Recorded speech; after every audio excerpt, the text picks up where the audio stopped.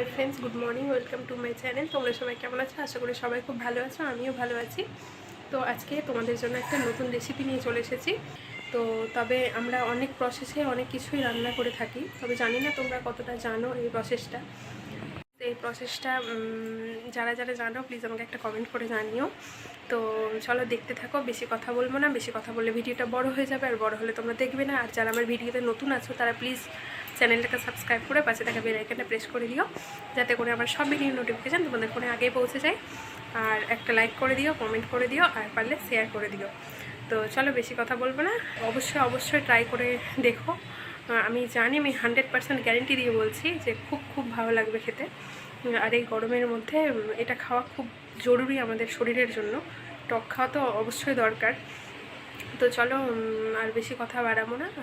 তো ফ্রেন্ডস দেখো, যে রেসিপিটা তোমাদের আজকে আমি দেখাচ্ছি, তো সেটা করতে কি কি লাগছে। তো এখানে মা নিয়েছে মটরের ডাল, মিক্সিতে পেস্ট করে নিয়েছে, তার মধ্যে হলুদ লবণ দিয়ে দিয়েছে। আর এখানে মশলার মধ্যে সর্ষে আছে, আদা আর লঙ্কা, আর এখানে তেঁতুলের কাদ আছে। তেঁতুলের কাদ বলতে তেঁতুলটাকে ভিজিয়ে রাখতে হবে, মানে তোমরা রান্না করার আধ ঘন্টা আগে ভিজালেই হবে। ফ্রেন্ডস এখানে কিন্তু রসুন অ্যাড করা হয়েছে ডালটাতেও, আর এদিকে সর্ষেটাতেও। হ্যাঁ, অ্যাকচুয়ালি ওটা বলতে ছুটে গেছিলো, তো সে কারণে আমি পর থেকে বলে দিলাম। তোমরা কিন্তু রসুন অ্যাড করো অবশ্য, কারণ রসুনটা না দিলে কিন্তু টেস্ট লাগবে না। আর এটা হচ্ছে মটরের ডালের বড়া। হ্যাঁ দেখো, এখানে ডাল বাটাগুলো মা তেলের মধ্যে ছেড়ে দিয়েছে, বড়ার মতো করে ছোট ছোট করে ভাজতে হবে। তো তেলে মা ছেড়ে দিয়েছে। তো দেখো এখানে মায়ের বড়া ভাজাগুলো সব হয়ে গেছে। এবারে দেখতে থাকো, ভিডিওটা কন্টিনিউ করো, কেউ স্কিপ করে দেখবে না, আশা করি ভালো লাগবে। তো এখানে দেখো মা তেলের মধ্যে রসুন ফোড়ন দিয়ে দিচ্ছে।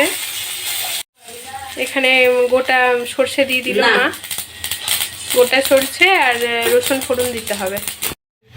তো দেখো এখানে মা মশলাটা দিয়ে দিল।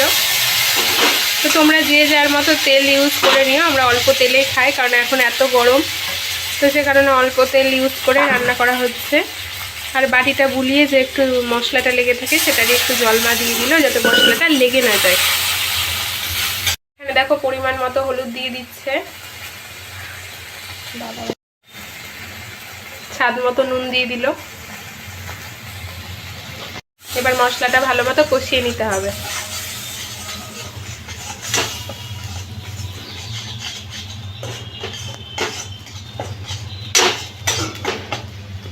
দেখো এখানে মা তেঁতুলের কাঠটা দিয়ে দিচ্ছে।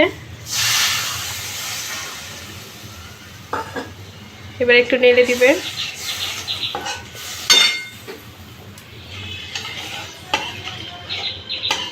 তো দেখো এখানে ঝোলটা ফুটে গেছে, মা বড়াগুলো সব ছেড়ে দিচ্ছে। আর এই রেসিপিটা ভীষণই টেস্টফুল, মানে এত খেতে ভালো হয়। আমি চাই যে তোমরা প্লিজ ট্রাই করবে।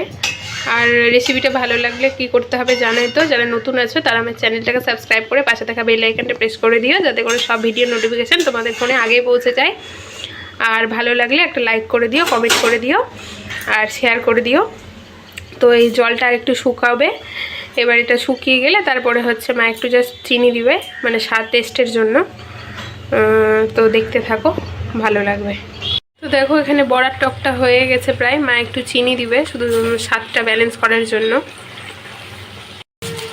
তো তোমরাও এভাবে ট্রাই করো, আশা করি খুব ভালো লাগবে। আর সত্যি গরমে এই খাবারটা মানে এত ভালো লাগবে গরমে, কারণ এত গরমে যদি একটু টক জাতীয় খাবার খাই আমরা, তো আমাদের শরীরটাও ভালো থাকে, ঠান্ডা থাকে, সুস্থ থাকে।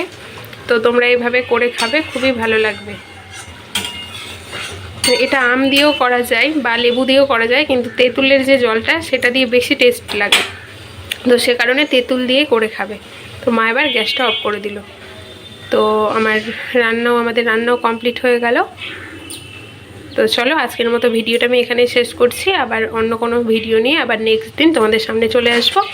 আর ভালো লাগলে প্লিজ একটা লাইক করে দিও। তো তোমরা ভালো থেকো, সুস্থ থেকো, বাই।